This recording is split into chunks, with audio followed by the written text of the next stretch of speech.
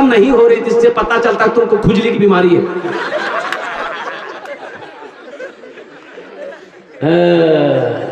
लेकिन सुनो, आगे अल्लाह आयत में कहता है कि अगर तुम 2 बीवी 4 बीवी कर लेते हो, अगर उन चारों तीनों दोनों के दरमियान में इंसाफ नहीं कर पाओगे, अदल नहीं कर पाओगे, तो तुम्हारे लिए एक ही काफी है। तुम्हारे लिए एक ही काफी है। और सुनो, अगर तुम एक को भी हलाल कमाई से खाना नहीं खिला सकते, कपड़ा नहीं पहना सकते, हलाल रोजी नहीं खिला सकते बीवी को, ताकत बदन में नहीं है, परवरिश नहीं करते, तो तुम शादी मत करो।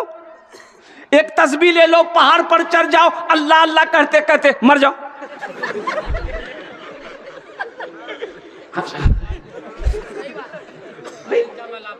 सबसे बड़ी बात है भाई, हलाल रोजी बीवी को नहीं खिला सकते हो, हलाल रोजी नहीं खिला सकते हो, बदन में ताकत नहीं है, तो रोजा रखो, अपने नफ्स पे कंट्रोल करो, रोजा रखो, एक तस्बीह ले लो, किसी पहाड़ पर चढ़कर अल्लाह अल्लाह करते हुए अपनी जिंदगी को गुजार दो। ऐ नौजवानों, इस्लाम ने तो इजाजत दिया है, आजादी दी है, लेकिन गुनाहों से बचो। इंशाअल्लाह गुनाहों से बचोगे?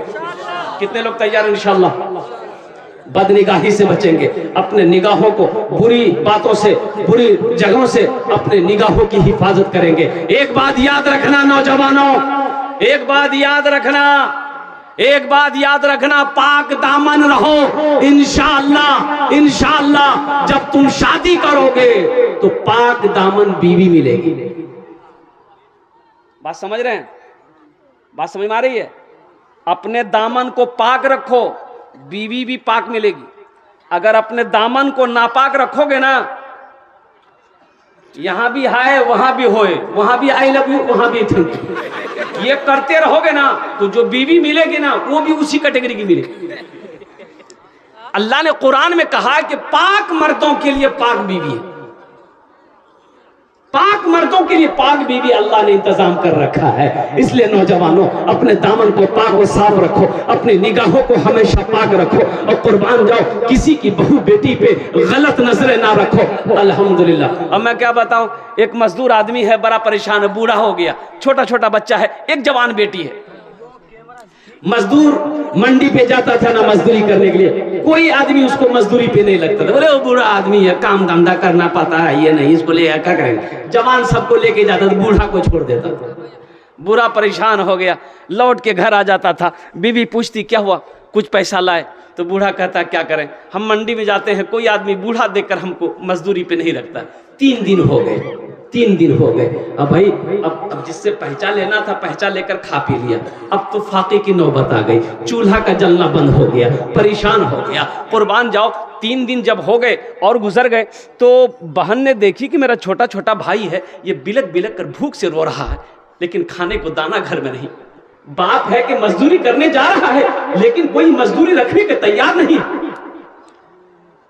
जब यहां तक नौबत आ गई कि अब हमारे भाई नहीं बचेगा, ये लड़की देखी कि हम लोग बड़े हैं, हम लोग भूख बर्दाश्त कर ले रहे हैं, लेकिन ये छोटा छोटा बच्चा भूख बर्दाश्त नहीं कर पाएगा। तो ये लड़की सोची ये जवानी किस काम की,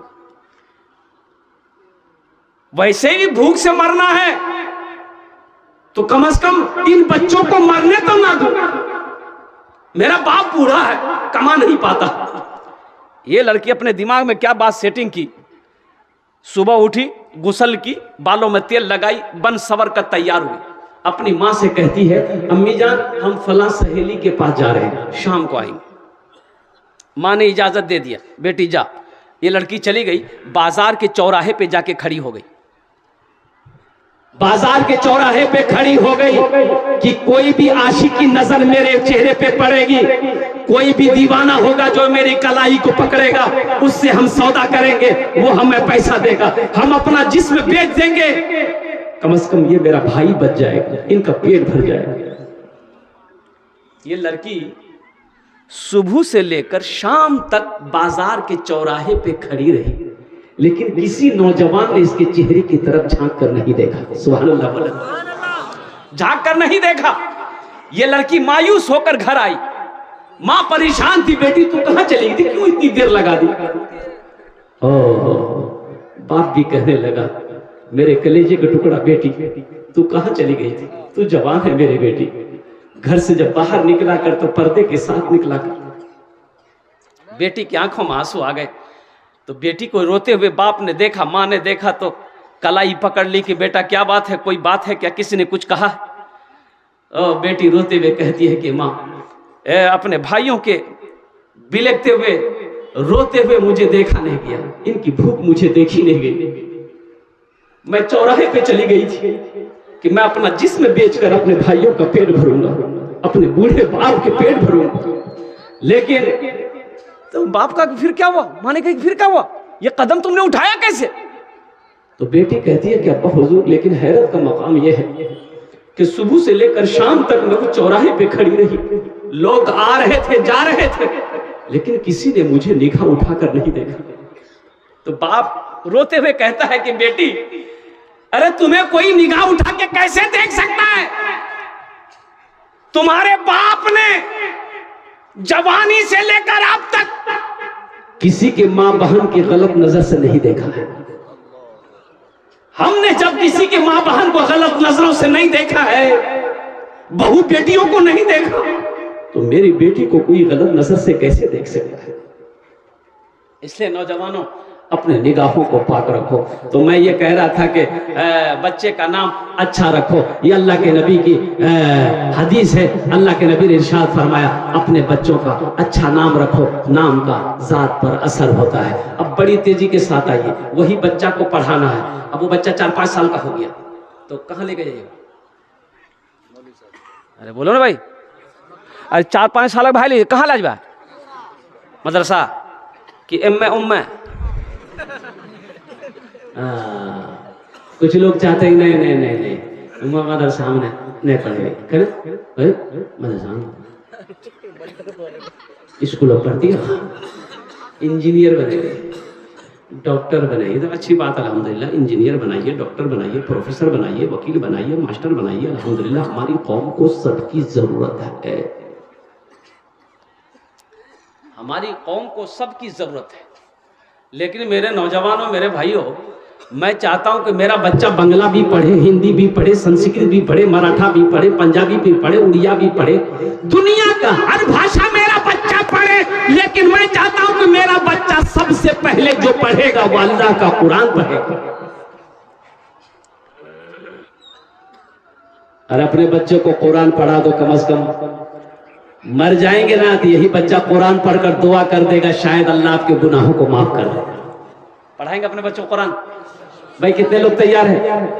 सेहरा में जंगलों में, सेहरा में जंगलों में, बयाबान में पढ़ो, सेहरा में जंगलों में, बयाबान में पढ़ो, मीनार गिर पड़े है तो मैदान में पढ़ो। ये बेखबर नजूमी तुम्हें क्या बताएंगे, कल होने वाला क्या है, कल होने वाला क्या है। ये कुरान में पढ़ो, कल होने वाला क्या है, ये कुरान में पढ़ो। इंशाअल्लाह कुरान पढ़ेंगे, कुरान पढ़ेंगे इंशाअल्लाह। अपने बच्चों का हाथ उठाओ इंशाअल्लाह। कितने लोग तैयार हैं? माशाअल्लाह, सारे लोग तैयार है। लेकिन सुनो, ये अररिया में आप जाइए ना, बच्चे को लेकर एडमिशन कराने के लिए इंग्लिश मीडियम स्कूल में एडमिशन कराएंगे, 5000 टका लगेगा। एडमिशन फीस कितना लगेगा? अरे बोलो भाई कितना है, बोलो ना। आइए मदरसा में ये कोट का नहीं। अच्छा देखिए, बच्चा को लिए अररिया गए, प्रिंसिपल ने बोला कि हाँ बैठी, क्या बात है? बोला सर बच्चे का नाम लिखाना। बोला 5000 टका नहीं। हम 5000 टका निकाल के दे दिए, नाम लिख दिया, बच्चे को छोड़ के आ गए। बच्चा क्लास में गया, पढ़ाई शुरू हो गई। ए फॉर एंड मैंने चोटी, बी फॉर बॉल मैंने गेंद, सी फॉर कैट कैट मैंने बिल्ली, डी फॉर डॉग डॉग मैंने कुत्ता, ई फॉर एलिफेंट मैंने हाथी, एफ फॉर फॉक्स मैंने लोमड़ी, एच फॉर हैन मैंने मुर्गी। 5000 টাকা টাকা আগে দেখা গেলেন আমার বাচ্চা কুত্তা বিল্লি মুরগা মুরগি পড়াবে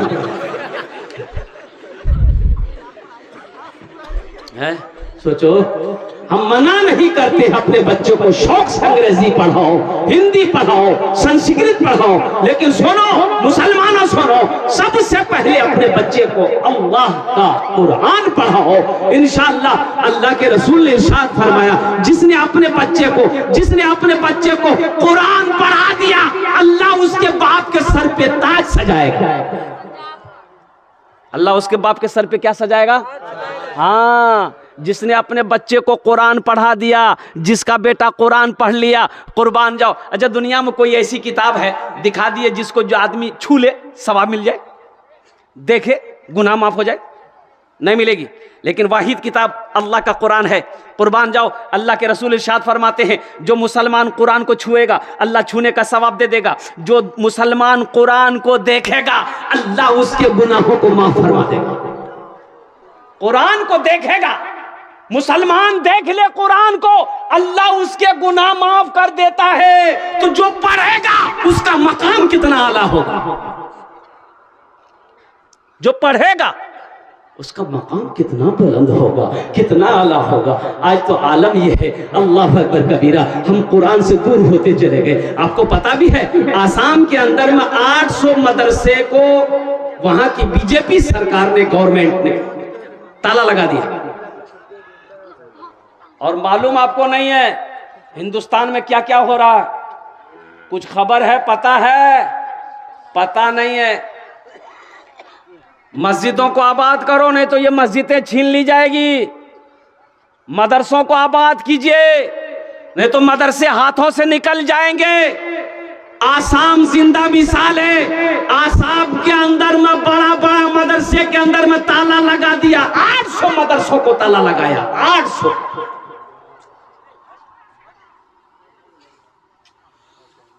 आज हम मदरसा को देख के भागते हैं, मकतब को देख के भागते हैं, मौलवी को देख के भागते हैं। दरवाजे में बैठा है कुर्सी लगा के घर वाला, देखा मौलवी साहब साइकिल लेके आ रहा,